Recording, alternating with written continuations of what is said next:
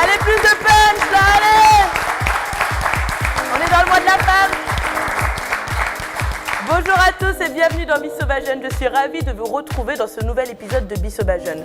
Aujourd'hui, nous allons parler des femmes. La semaine dernière, on a eu l'occasion de recevoir 4 femmes formidables qui nous ont parlé des conditions de travail dans lesquelles elles étaient. Aujourd'hui, on va parler vraiment de la condition de la femme et des mouvements qu'il y a autour de nous.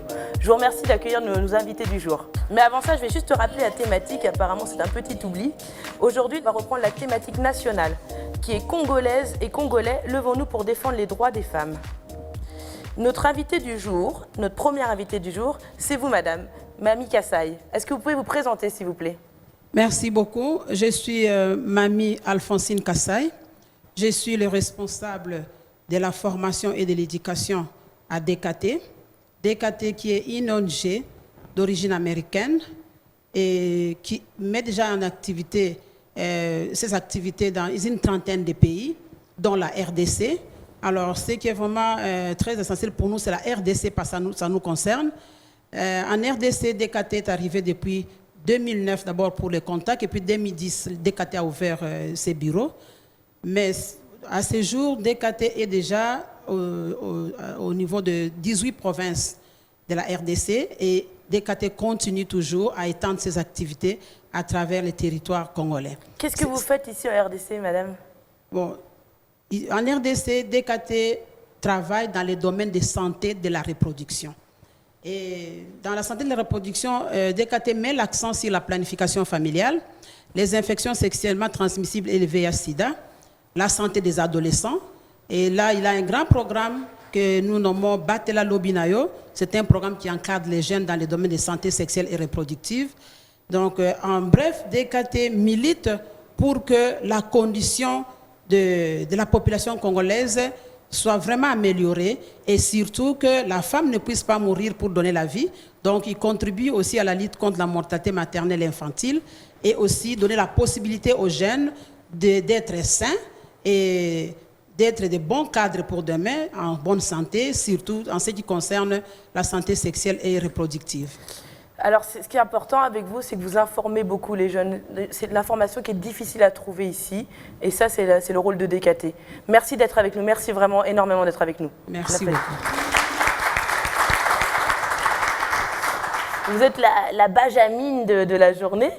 Est-ce que vous pouvez vous présenter, s'il vous plaît? Bonjour, je me présente. Je m'appelle Pacifique Ngalula. Je suis étudiante. Hormis cela, je suis directrice générale d'une nouvelle structure qui vient de naître, Mukaji. Mukaji, c'est une structure qui fait la promotion de la femme.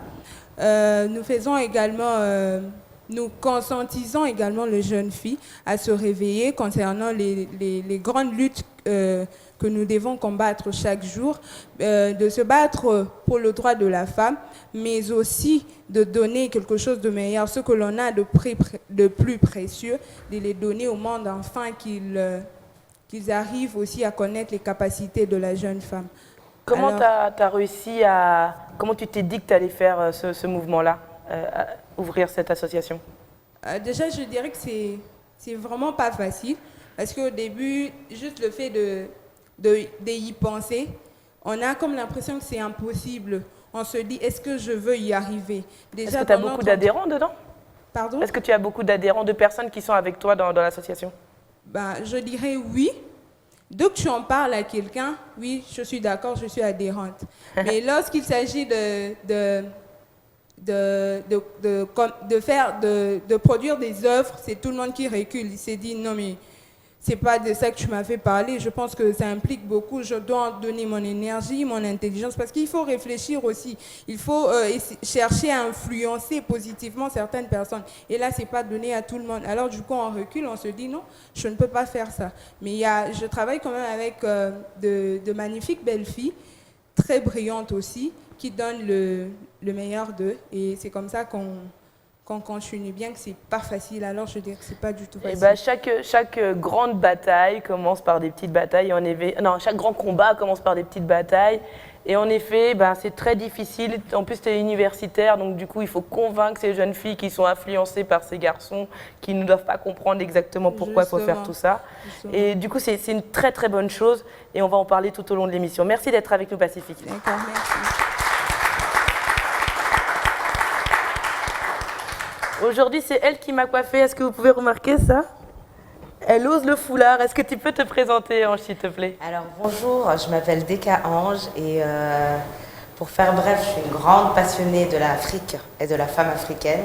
Et depuis 6 ans, j'ai décidé de créer un mouvement qui s'appelle Oser le foulard, qui est une communauté et une marque qui a pour but de promouvoir la beauté de la femme africaine, la beauté de la fille africaine, de pousser les filles, les femmes africaines principalement, mais autres, mais à renouer avec leurs racines à travers l'art ancestral qui est l'attaché du foulard. Comment ça t'est venu tout ça? C'est simple, je me suis rasé la tête parce que j'ai les cheveux très courts. Je me suis rasé la tête il y a environ 12 ans. Et pour changer de coiffure, comme je ne suis pas une adepte de tissage et de toutes ces autres coiffures, je mettais souvent le turban. Il y avait aussi le fait que j'aimais beaucoup la chanteuse Erykah Badu. Et quand j'ai commencé à nouer ça sur la tête, j'avais plein de gens, il faut savoir que j'ai grandi en Europe, il y avait plein de gens qui me disaient, soit on me disait que ça faisait très blédarde, ou alors, comment on dit blédarde, enfin bref, ouais, très blédarde. Et d'autres me disaient que c'était très beau et étaient intrigués par la manière dont on nouait. Et je me suis dit, je vais lancer un événement autour de ce foulard, de cet art, pour apprendre aux gens, pour transmettre, parce que c'est vraiment ce qui m'intéresse dans ma démarche, c'est de faire en sorte que la culture africaine puisse perdurer pour que nos enfants, les enfants de nos enfants puissent y avoir accès. Et donc, c'est de fil en aiguille, c'est devenu quelque chose de plus grand que moi-même. Et aujourd'hui, il y a plusieurs femmes qui adhèrent et qui osent le foulard. Et la vision du mouvement, c'est qu'en chaque femme sommeille une reine africaine. Et l'idée, c'est de la réveiller et de la célébrer à travers mes foulards. En tout cas, moi j'adore, c'est super super beau. Je sais pas ce que vous en pensez. Est-ce que vous aimez bien le public? On dirait que vous n'aimez pas trop. Là. J'ai pas entendu beaucoup de voix. Non, c'est super beau. Merci d'être avec nous. Merci à toi.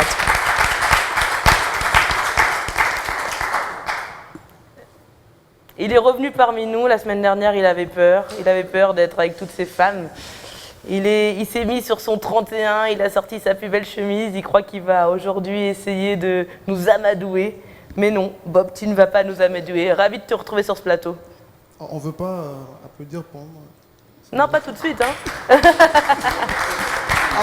Ok, c'est le mois de la femme. Bon, lui, toi, tu changes le mouvement. Normalement, on applaudit après. Toi, vous manquez. Tu as besoin d'encouragement. Mon voisin m'a dit que c'est le mois de la femme. Je comprends. Donc, nous, on n'a pas besoin de ça aujourd'hui. C'est pas grave. Merci beaucoup. On va pas commencer des histoires de machisme à 2 balles comme ça sur ce plateau. On est un peu au-dessus. Tu as quand même travaillé cette semaine. Ouais. Bon, voilà. Merci beaucoup. T'as plateau de femmes ici, ça l'a toujours été. Ok. Alors, la semaine passée, c'est vrai que j'étais malade. Au fait, j'étais malade. Et c'est une très belle émission. J'ai beaucoup apprécié. J'avais vraiment envie d'être là, mais bon. Il n'y avait pas moyen parce que j'étais malade. Bon, aujourd'hui, je suis très content d'être là. Je suis très content d'être là, d'être ensemble avec ces femmes. J'aime beaucoup les thèmes et je pense que c'est très, très important qu'il y ait même une représentation des hommes sur le plateau. Ensemble, nous allons arriver à comprendre de manière claire sur les droits des femmes. Et je profite pour vous dire que vous pouvez nous retrouver sur notre page Instagram. C'est là où ça se passe, c'est là où on publie tout ce qui est très important sur la femme. Il y a beaucoup de publications. Mais aussi, j'en profite pour vous parler du coronavirus qui vient de faire son apparition depuis hier. Donc, dans la page Instagram de Bissoba Jeune, nous avons balancé une petite vidéo qui vous explique comment il faut faire pour se protéger face à ces virus. Donc, n'hésitez pas de visiter notre page Bissoba Jeune DRC. Vous allez voir un joli profil de Sandrine. Donc, ne vous y trompez pas. C'est quand j'étais au top de ma forme.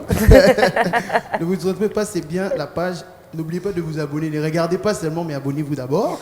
Après, regardez. Merci Sandrine. Merci Bob d'être avec nous. Ce que je vais vous dire, c'est que la réflexion que vous avez faite avec ton petit compagnon à côté, c'est une réflexion très basique qu'on entend souvent, mais la journée de la femme et le mois de la femme ici en RDC, ce n'est absolument pas contre les hommes. C'est un moment où on met en avant le fait que les femmes se soient battues pour leurs droits, justement. Je tiens vraiment à le rappeler, parce que c'est ce genre de petite remarque qui fait qu'on perd l'essentiel de ce mois et cette journée. Donc voilà, je préférais vraiment le dire. On va passer tout de suite à la vidéo de jour pour comprendre à quoi correspond la thématique. La Journée internationale des droits des femmes a été célébrée ce 8 mars. Cette journée met en avant les droits que les femmes ont acquis afin de réduire les inégalités qu'il existe dans différents domaines entre les hommes et les femmes. La journée de la femme, comme on l'entend très souvent, est l'occasion de rappeler les combats constants des femmes dans notre société. Plus les années passent, plus les femmes ont des droits, comme le droit à l'intégrité et à l'autonomie corporelle, les droits civiques, dont le droit de vote et le droit de participer à une vie politique, ainsi que le droit de parité, et bien d'autres. Cette année, le thème national de la Journée de la femme est « Congolaises et Congolais, levons-nous pour défendre le droit des femmes ». Aujourd'hui dans Bissoba Jeune, nous recevons DKT RDC, une ONG qui fait de la prévention sexuelle et qui a donc défendu les femmes et qui les défend toujours. Ensemble dans Bissoba Jeune, nous allons réfléchir sur l'évolution des droits des femmes.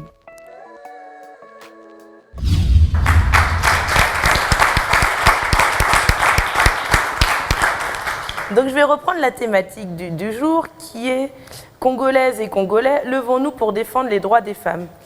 Mamie Kassaï, qu'est-ce que cela vous inspire, vous? Cette Congolais, thématique. lèvons-nous pour les droits des femmes. Oui, ça m'inspire beaucoup parce que, comme vous venez de le dire, ça fait très mal qu'aujourd'hui, la journée du 8 mars soit mal comprise par beaucoup de gens.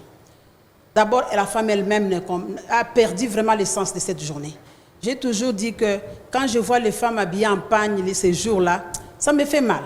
Parce que je me suis dit, est-ce que c'est seulement ces jours-là que les femmes doivent se respecter? Est-ce que c'est seulement ces jours-là où la femme doit couvrir son corps? Est-ce que cette journée-là, c'est pour le pagne? Le respect de la femme, c'est tous les jours. La femme doit se respecter tous les jours, se faire respecter pour que le monde puisse aussi la respecter. Et donc, notre rôle, c'est de parler encore à la femme. Qu'est-ce que signifie cette journée-là du 8 mars? C'est comme ça que nous répétons toujours que quand nous parlons des droits de la femme doit savoir qu'elle a des droits. C'est un être humain comme l'homme, créé à l'image de Dieu comme l'homme, et elle a aussi ses droits. C'est une journée de réflexion entre femmes et hommes aussi, pour que la femme puisse comprendre qu'elle a aussi les droits comme l'homme et qu'elle a le droit de vivre ça aussi comme l'homme. Et c'est un travail aussi que nous devons vraiment faire auprès des femmes parce que beaucoup de femmes ne comprennent pas le sens de cette journée-là. Et à l'homme aussi, nous disons toujours que lorsque nous célébrons le 8 mars, nous ne sommes pas contre les hommes. Les hommes, quand les femmes déclarent leurs droits, j'ai toujours dit que l'homme et la femme, nous sommes différents. Dieu nous a créés différemment. Chacun avec des fonctions, peut-être qu'on ne peut pas changer ce que Dieu a donné. Par exemple, l'homme ne peut pas tomber enceinte. L'homme ne peut pas accoucher. Ça, on ne peut pas changer, ça reste. Mais les lois ou les règles que la société a mis en place, qui sont des fois égoïstes, des fois discriminatoires, des fois ça ne donne pas à la femme sa place, c'est là où nous devons nous baser. Donc, nous ne changeons pas la nature, mais nous voulons changer ce que la société a mis en place, où la femme ne se retrouve pas. C'est là la bataille de la femme pour qu'elle puisse aussi se retrouver dans ce genre de lois qui soient faites par la coutume ou par par les hommes. C'est là où nous militons pour que nous puissions changer afin que la femme se retrouve, que la femme aussi puisse jouir de ses droits et que, main dans la main avec l'homme, ils puissent marcher ensemble. C'est comme ça que nous devons vraiment expliquer ça, que lorsque nous parlons de la parité ces jours-là, nous parlons de l'égalité, ce n'est pas que nous voulons devenir des hommes, mais nous voulons que ce que les hommes ont mis en place, qui discrimine la femme, que la femme puisse accéder à ces droits-là. Parce que c'est un être humain qui doit jouir de tous ses droits comme l'homme. Et nous vivons beaucoup de problèmes qui font que la femme soit un peu lésée dans ses droits. Même au niveau du travail, des fois on est lésé. Vous avez les mêmes compétences avec l'homme, vous avez fait les tests les mêmes jours avec l'homme, vous avez les mêmes postes, mais les salaires sont différents. Nous avons par exemple la femme qui travaille aujourd'hui. Elle est mariée, les enfants n'ont pas droit à accéder aux soins. Et si le mari ne travaille pas, la femme doit encore se battre avec son salaire pour prendre en charge. Tout ça, ce sont des petites choses que nous devons voir ensemble. On doit se mettre tous ensemble. Tous ensemble pour voir tout ce que l'homme a fait, où la femme ne se retrouve pas, comment revoir ça pour que la femme puisse aussi se retrouver. Et j'ai toujours dit aussi que l'homme ne peut pas marcher seul dans ce monde. Et dès sa création, l'homme doit comprendre quelle était la vision du Créateur pour lui. Le Créateur lui-même a dit qu'il n'est pas bon que l'homme soit seul. Ce n'est pas seulement dans les mariages, même dans la vie quotidienne. S'il est seul, il doit sentir un vide. Et ce vide-là, c'est la femme qui doit repêcher, qui doit respecter, qui doit considérer pour qu'ils mettent les idées ensemble et qu'ils marchent ensemble. Mais s'il évolue seul, la femme est restée, il va toujours sentir ce vide. Il va toujours revenir à la première vision du Créateur pour dire je ne peux pas être seul. Les temps qu'il recule pour récupérer la femme, il va régresser. Au lieu d'avancer ensemble, on va encore régresser. C'est comme ça que nous disons que les hommes doivent comprendre que lorsque la femme demande la parité, il ne demande pas de devenir homme ou que l'homme devienne la femme, mais il demande que certaines choses que les hommes ont mis en place puissent changer pour que l'homme et la femme puissent jouir des mêmes droits en tant qu'humains et puissent aller ensemble pour le développement du pays. Merci, Mamie Kassaye. Ange, qu'est-ce que ça t'inspire, la thématique nationale de la journée de la femme, enfin du mois de la femme? Moi, je commencerai déjà par dire que pour moi, le mois de la femme, moi, je célèbre les femmes tous les jours. C'est mon métier. Donc, on ne doit pas attendre le mois de mars pour se réveiller et se rappeler que les femmes ont des droits. Et pour en revenir à ce que disait Mamie Kassaye. Mamie Kassaye, j'ai oublié le prénom, désolée. C'est que pour moi, l'homme et la femme sont complémentaires.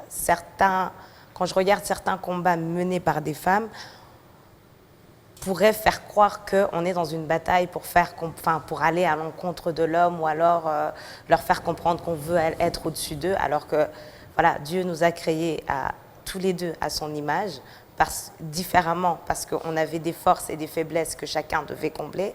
Et je pense que c'est dans cette logique-là qu'il faut avancer.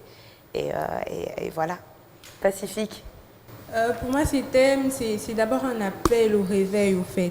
C'est une motivation. Moi, je pense que les femmes devraient s'élever. Elles devaient se dire que non, on a une part de responsabilité dans ce monde.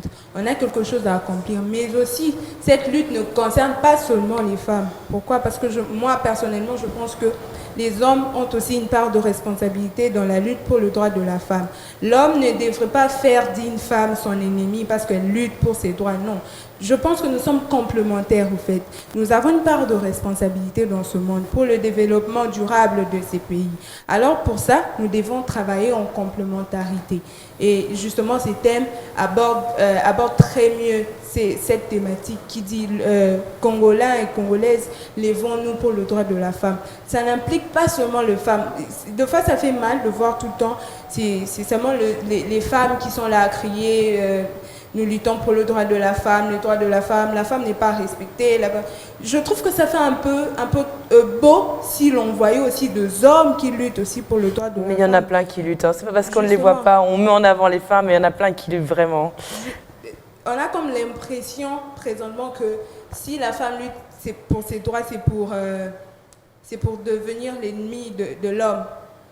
Pour devenir son concurrent. Non. Ben, je crois qu'on doit, tu sais, je crois, Pacifique, qu'on doit tous se dire que, en fait, même si c'est une impression, que ce soit peut-être leur impression à eux, mais que nous, on reste que dans une impression, que ce ne soit pas notre impression à nous.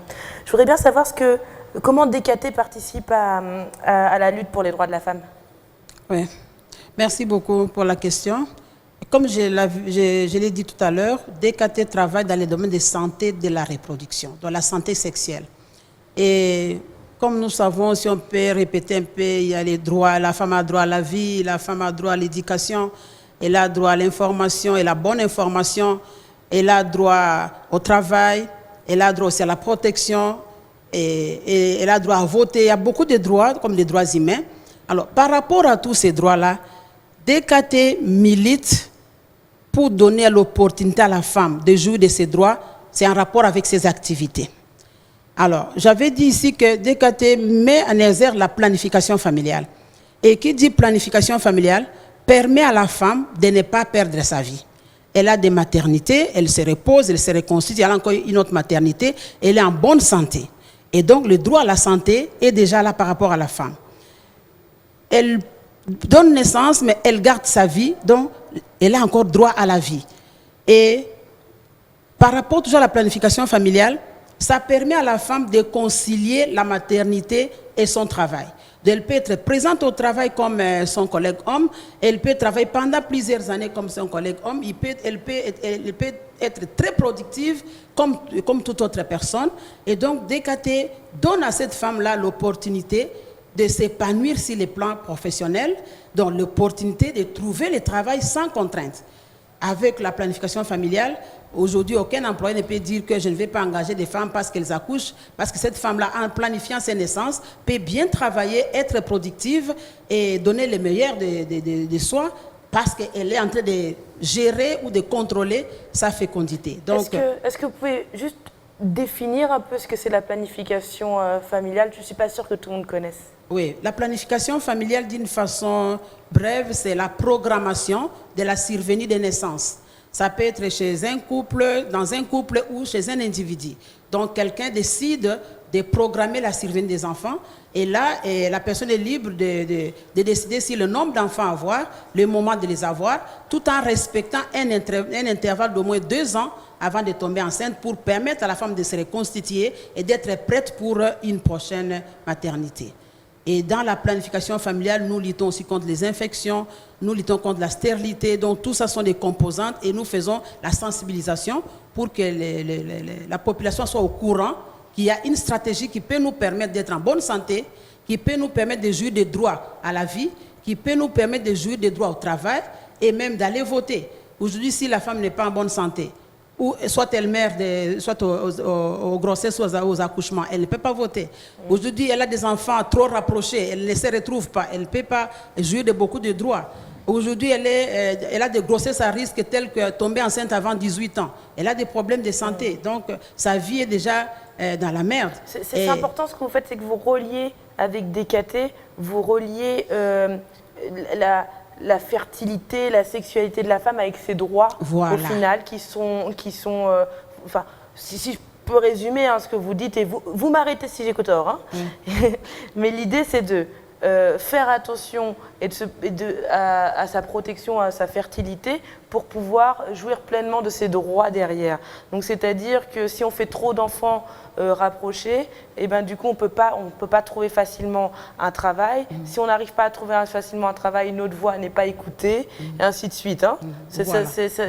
Voilà, donc nous faisons vraiment un lien entre la gestion de la fécondité de la femme et tous les droits humains. Tout découle de là. Et si elle gère très bien sa sexualité, elle gère très bien sa fécondité, elle va jouir de tous ces droits-là. Donc c'est le travail que DKT fait pour donner à la femme l'occasion de vivre tous ces droits. Même les droits à l'éducation. Si DKT aide les femmes aussi en planifiant leur naissance, en ayant des informations sur les infections sexuellement transmissibles, sur les avortements, sur la maternité à moindre risque, tout ça, nous donnons à la femme l'opportunité d'avoir suffisamment de connaissances pour qu'elle puisse jouir de ses droits et qu'elle puisse s'épanouir, elle puisse vraiment s'épanouir. Que son mari lui oblige à faire certaines choses derrière. Voilà. Elle est au courant de ce qui se passe. Elle est au courant et on donne aussi la possibilité de communiquer avec son mari, des stratégies, comment communiquer avec son mari pour que lui aussi adhère, que la femme puisse s'épanouir sur les plans professionnels, sur les plans sanitaires et même sur les plans socio-économiques. Si aujourd'hui elle a des congés de maternité à tout moment, aucun employeur ne voudra engager une femme. Il va dire, bon, les congés de maternité à tout moment, combien de jours elle va travailler. Ça va pas le faire. Mais alors que si elle planifie ses naissances, elle a de bonnes informations, elle peut vraiment jouir de ses droits au travail et être aussi très productive comme son collègue homme.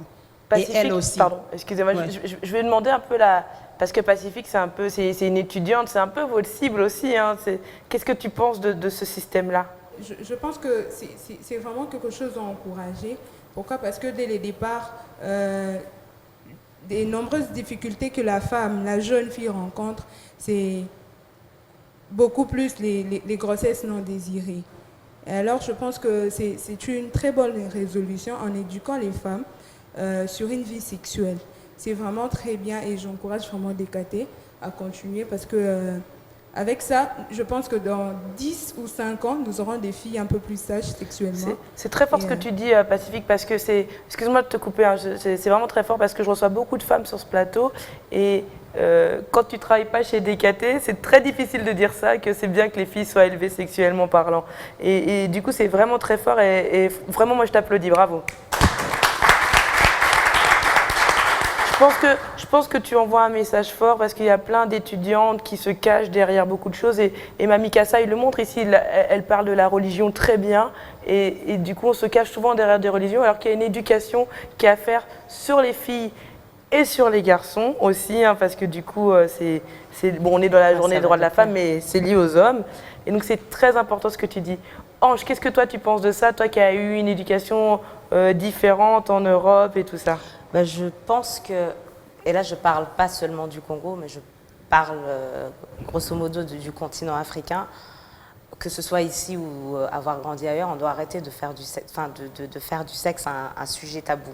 Parce que dans beaucoup de familles, même moi aujourd'hui, pourtant j'ai pas du tout des parents très conservateurs ou quoi que ce soit, mais je peux pas vraiment m'asseoir avec ma mère et parler de ces sujets-là parce que ça n'a pas été initié dès le plus jeune âge. Je pense que c'est quelque chose, ça fait partie de la vie courante, ça fait partie du monde de tous les jours et c'est très bien qu'il y ait des initiatives comme DKT que j'ai découvert aujourd'hui parce que je ne connaissais pas, qui se donnent la peine de fournir cette éducation-là parce que je pense que le tout découle d'un manque d'information.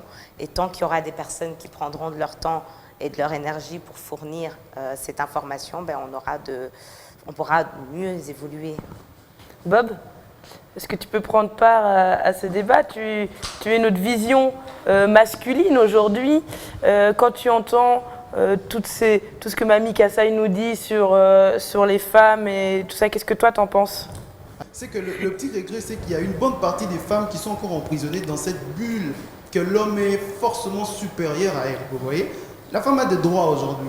Moi, je rencontre des étudiantes qui font des études seulement parce qu'en finalité, elles iront dans une maison, elles vont épouser un homme et puis elles vont faire des enfants.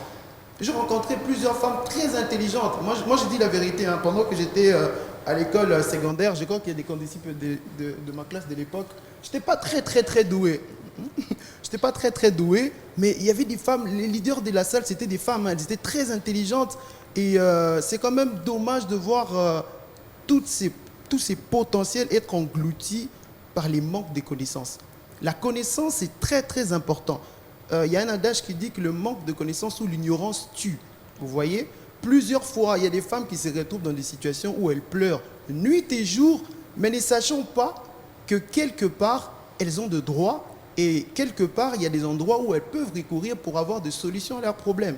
Et parlons de la sexualité, c'est très important parce qu'ici en Afrique, comme le disait Ange, ici en Afrique, souvent on n'en parle pas. Mais la sexualité, c'est quelque chose c'est en quotidien, c'est tout le jour que ça existe. Et moi aussi, j'irai du même côté de féliciter DKT parce qu'aujourd'hui, grâce à DKT, on sait où avoir des informations. Ce qui était tabou hier, aujourd'hui, moi personnellement, j'ai le temps de visiter. Quand je vais faire une émission, je fais des recherches sur Internet. Alors, quand je vais dans les sites de DKT, ce qui est formidable, on nous montre... Tu peux même suivre un cours en ligne, en fait. Tu peux même suivre un cours en ligne sur tout ce qui est sexualité et tout. Et ça, c'est très important, même pendant que je passe ces messages, que les étudiants, que les étudiantes prennent le temps de s'informer. N'arrêtez pas de chercher les informations. Le droit des femmes, c'est bien, c'est très important, mais il faut savoir quels sont ces droits, jusqu'à quel niveau ces droits sont respectés, par où il faut continuer ces combats pour faire respecter les autres droits.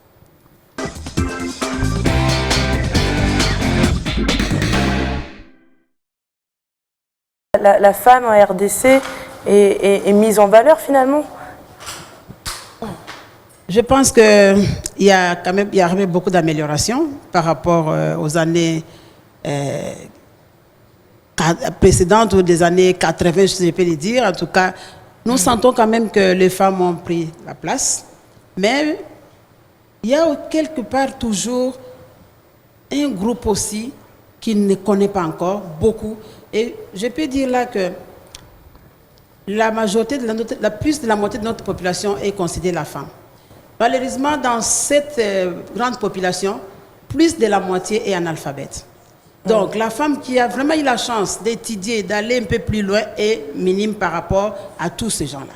Et je me suis toujours dit que les femmes qui ont eu la chance d'être instruites doivent prendre cette charge d'instruire les autres doit prendre cette vocation d'informer suffisamment les autres femmes. La majorité n'a pas étudié, la majorité est analphabète et la majorité est dans l'informel et ils n'ont pas vraiment accès à l'information. Donc les grands combats qui restent, c'est aussi d'aller vers ces femmes-là qui sont dans l'informel, amener la vraie information, qu'elles comprennent quels sont les droits, comment elles doivent vivre ces droits. Parce que là aussi, à ce niveau-là, elles-mêmes aussi, ne sachant pas exactement ce que signifie la lutte pour ces droits-là, elles essaient aussi de les former de temps en temps. Voyez, il y a aussi beaucoup de problèmes dans les ménages parce qu'elle est partie juste dans une petite conférence de quelques minutes, on a parlé de la parité, peut-être qu'elle avait mal compris, elle va l'appliquer aussi autrement. Ce qui fait que les femmes, les hommes aussi se lèvent encore pour dire non, c'est que votre lutte n'est pas bien comprise et il y a beaucoup de problèmes au niveau des foyers. Donc je peux dire qu'il y a quand même une amélioration parce qu'on voit qu'il y a beaucoup de femmes qui occupent des responsabilités. Nous voyons qu'il y a un changement parce qu'il y a aussi beaucoup d'offres d'emploi. On met à la fin la candidature féminine privilégiée. Oui. Donc, ça signifie déjà qu'il y a une amélioration par rapport aux années antérieures. Mais la grande lutte, c'est encore entre les femmes. La majorité de la femme congolaise aussi ne connaît pas encore ce que signifie l'égalité, ce que signifie la parité. Il déforme ça et ça fait que l'homme puisse encore résister à un certain niveau, voyant ou vivant. Quel conseil vous pourriez donner par rapport à ça? Les conseils que je vais donner d'abord, c'est que l'élite congolaise, la femme qui a la chance d'être instruite, puisse prendre en main, puisse aussi prendre cette vocation d'aller vers les autres, donner la bonne information, qu'elle puisse comprendre comment lutter, qu'est-ce que signifie la parité, qu'est-ce que signifie les genres, qu'elle puisse aussi comprendre. Parce qu'en tout cas, de temps en temps, c'est vraiment déformé et beaucoup de femmes vivent ça d'une autre façon. Ce qui fait que la lutte n'est pas très facile. Les hommes résistent encore parce que ce n'est pas bien compris. Et là, les femmes doivent vraiment comprendre que quand nous parlons de la parité, ça ne signifie pas que nous devons changer de sexe, que je deviens un homme. Ils doivent savoir de la parité, que nous voulons que tous nous puissions jouir d'une façon égale dans cette société. C'est-à-dire que si l'homme doit étudier, la femme doit étudier.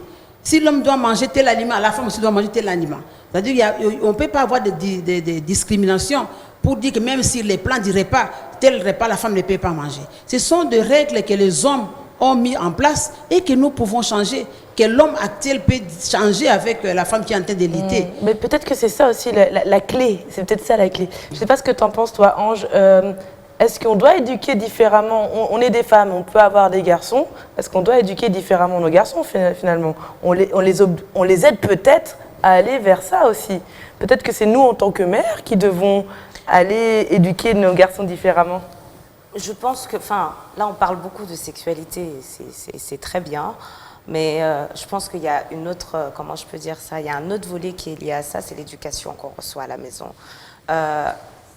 Pour savoir qui tu es, pour pouvoir, et là je reviens aux valeurs culturelles, etc., pour pouvoir célébrer la femme que tu es, pour pouvoir être bien dans ta peau, tu as besoin que, dès ton plus jeune âge, on t'inculque c'est un peu dommage d'appeler ça une fierté parce qu'on ne devrait pas être fier, mais qu'on t'inculque cet amour, cette manière de te connaître, cette manière de savoir te célébrer. Est-ce qu'il faut éduquer les garçons aussi? Oui, comme il faut éduquer les filles à respecter les hommes, etc.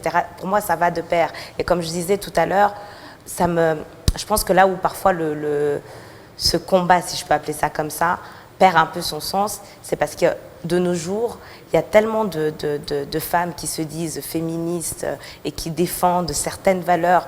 Mais moi, j'ai grandi avec une mère qui n'a jamais eu à crier sur un toit ou un autre que c'était une femme ou quoi que ce soit, mais on a toujours su que c'était elle qui tenait le foyer.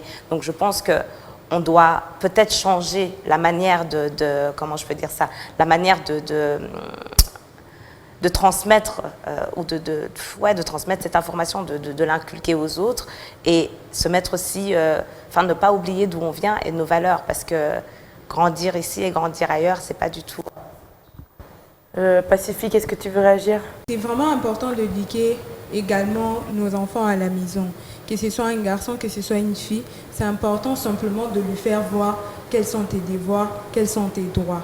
En tant que fille, j'ai des devoirs je dois faire ça, je dois faire ça, je dois faire ça en tant que fille. Mais en tant que garçon également, je dois respecter les gens, je dois respecter la femme. Moi, je pense que si déjà dès le départ dans nos maisons, on essayait d'inculquer à nos enfants que bien que tu es un garçon, tu ne devrais pas insulter les gens.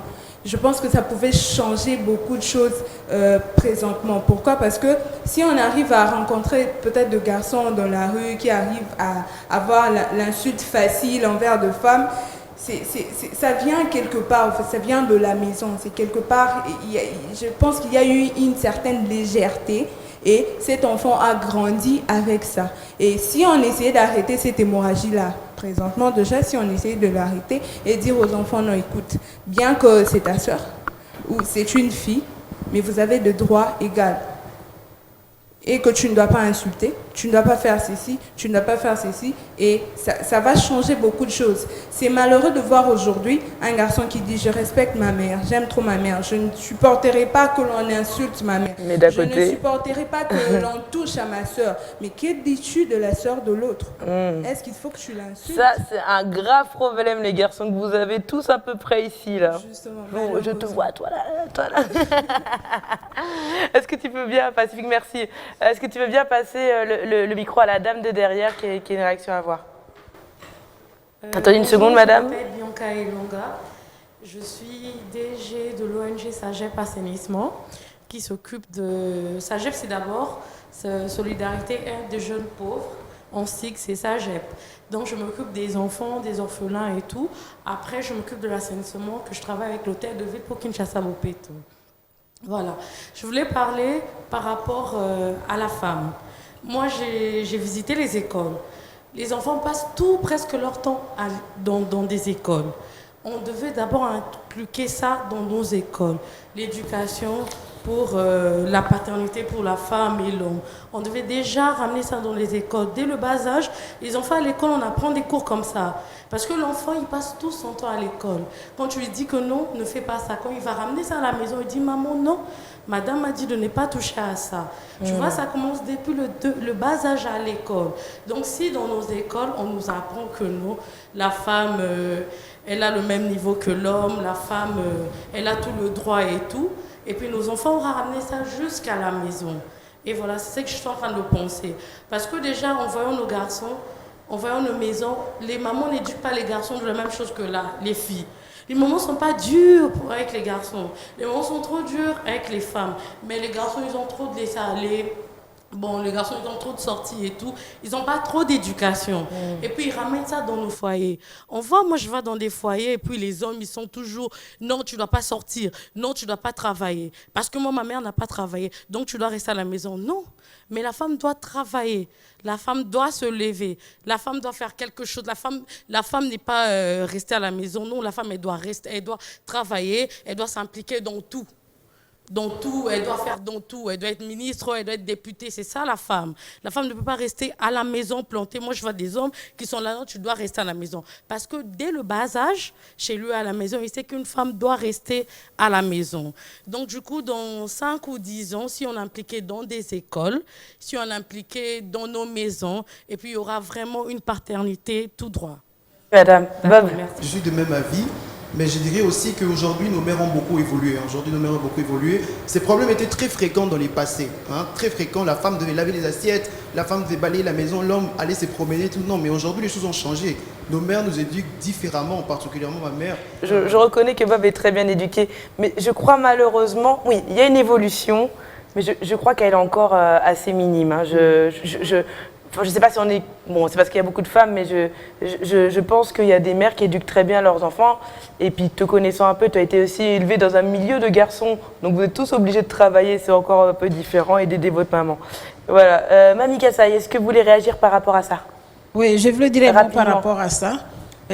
Comme nous savons, dans notre pays, la jeunesse, d'une façon générale, est abandonnée à elle-même.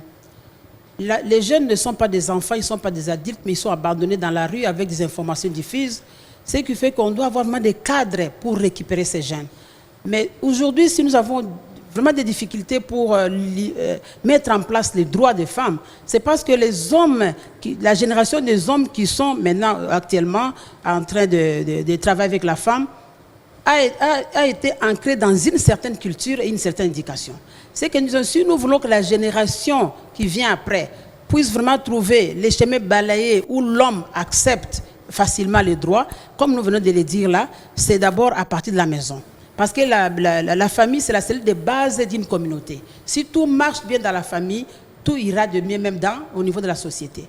Donc, il y a une minorité de mamans qui essaient d'éduquer les enfants d'une même façon. Mais la lutte est encore très grande, comme je disais, au niveau de la femme, qui doit comprendre, on doit vraiment éduquer encore la femme qui doit comprendre que nous devons changer la génération à venir. C'est-à-dire que éduquer les enfants de la même façon.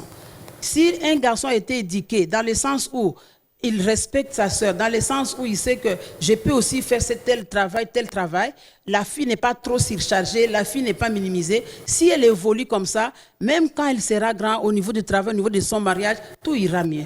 Donc c'est déjà nous, en tant que maman, nous devons faire un effort au niveau de la maison. Et l'enfant passe par l'école. L'école peut aussi compléter cette éducation. L'enfant passe au niveau de l'église. L'église doit aussi compléter ces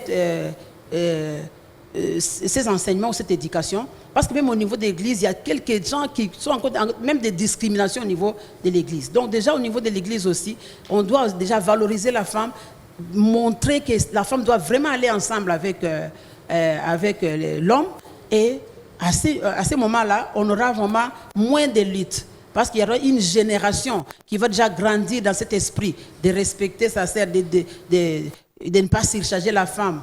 Et cette génération sera une bonne génération où on n'aura pas beaucoup de problèmes pour lutter pour les droits de la femme.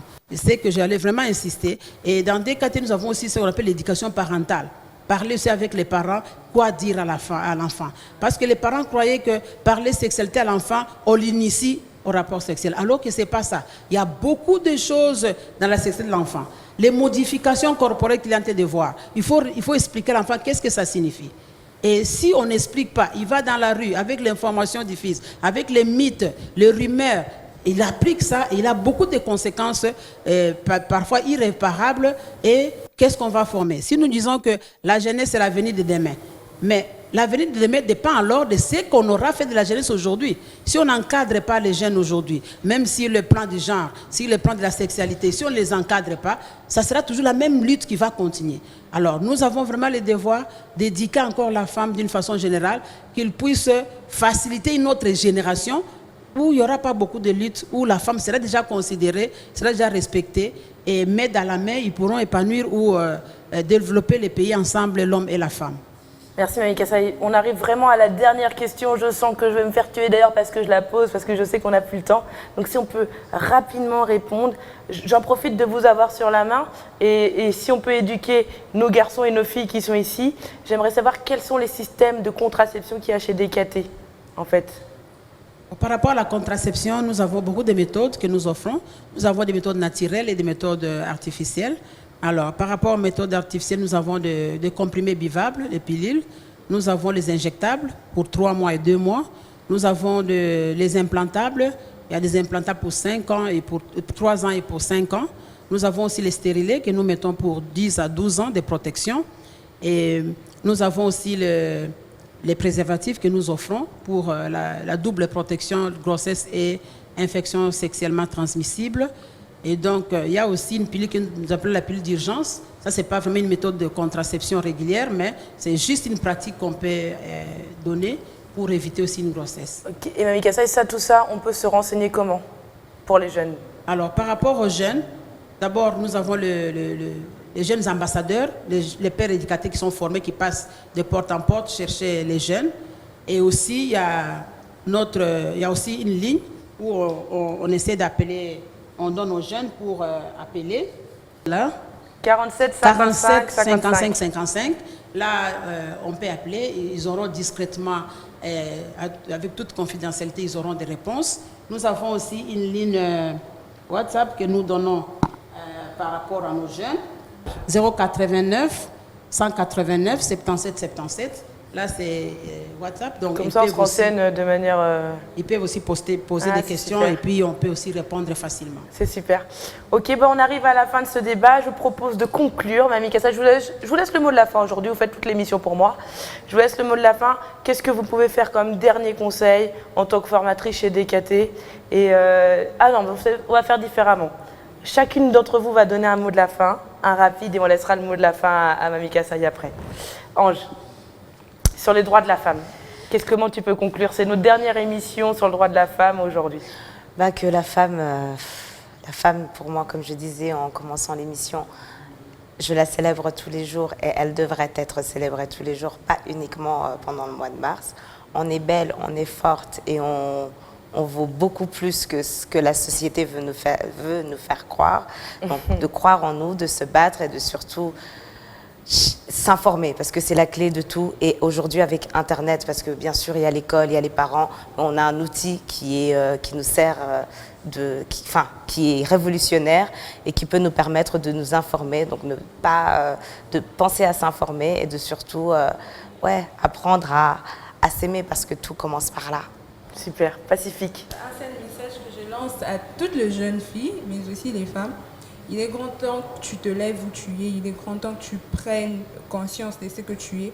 Tu es belle, tu es remplie de plusieurs qualités, de capacités aussi. Il est temps que tu te lèves et que tu mettes en exergue tes capacités intellectuelles, mais aussi il est temps que tu te fasses respecter. Il est temps que tu arrêtes de réfléchir comme à l'Antiquité, que tu étais faite pour un foyer, que tu étais éduquée pour un foyer ou quoi que ce soit. Non, c'est plus trop le temps pour ça. Il est temps que tu te lèves et que tu fasses face à plusieurs combats qui t'attendent. Et je crois que si chaque femme s'est levée maintenant, dans 2 ans peut-être, si je dois être trop positive, on va y arriver. Merci Pacifique. Mamie Kassa, c'est le mot de la fin, le final. Donc, le mot de la fin, d'abord, c'est à la femme, qu'elle puisse toujours mettre en tête qu'elle a de la valeur, elle est une personne humaine et qu'elle doit vraiment se battre pour vivre ses droits et qu'elle-même doit d'abord être comme agent de changement. Dans les milieux où elle vit, elle doit être comme un agent de changement et éduquer les enfants dans le sens où elle doit valoriser les garçons et la fille de la même façon, donner la chance aux garçons et à la fille de réussir. Elle doit enlever à l'idée que c'est le garçon qui doit aller de l'avant. Elle doit donner la chance aux 2 enfants, promouvoir les 2 enfants, les garçons et la fille, d'aller de l'avant. Et je dis aussi à la femme qu'elle doit vraiment chercher l'information pour qu'elle puisse comprendre qu'est-ce que nous voulons, pour qu'elle aussi puisse adhérer et on peut aller de l'avant ensemble. À l'homme, je vais dire que la femme, c'est un être aimé comme l'homme. Et l'homme doit vraiment aimer la femme en tant que sœur, en tant que mère, en tant qu'épouse. Et si l'homme considère la femme, tout ira de mieux. L'homme verra qu'avec cette considération, elle va la respecter. Et je vais dire aux hommes que la femme milite non pour devenir un homme, non pour changer ce que Dieu a dit, mais pour changer ce qui est fait par les hommes. On peut aussi manipuler ce qui est fait par les hommes. C'est notre lutte, changer ce qui est fait par l'homme. Et nous demandons aux hommes vraiment de se rejoindre aux femmes, de militer ensemble, de se mettre dans la main pour le développement du pays. Parce que s'ils vont seuls pour développer le pays, ils ne sauront pas. Un jour, ils vont rentrer pour récupérer la femme et nous allons régresser au lieu de progresser et d'épanouir notre pays. Merci Mamie Kassa et merci beaucoup d'avoir tous participé à ce débat. C'est tout le temps un débat qui est un peu douloureux parce que finalement on se trompe souvent de combat. Le combat, c'est les droits de tout le monde, c'est de se respecter surtout les uns des autres. Alors je vais encore une fois remercier les garçons qui sont ici parce que c'est important d'avoir un soutien des hommes qui sont là aussi et de comprendre bien le combat. On arrive du coup à la fin de ce débat. On va tout de suite passer à la chronique de Bob. Bonjour à tous et bienvenue à la chronique de Bob. Comme vous le savez, après chaque émission Bissoba Jeune, nous nous retrouvons pour approfondir le sujet du jour en s'appuyant sur les écritures bibliques. Frères et sœurs, le combat de droits des femmes ne date pas de nos jours, mais bien avant.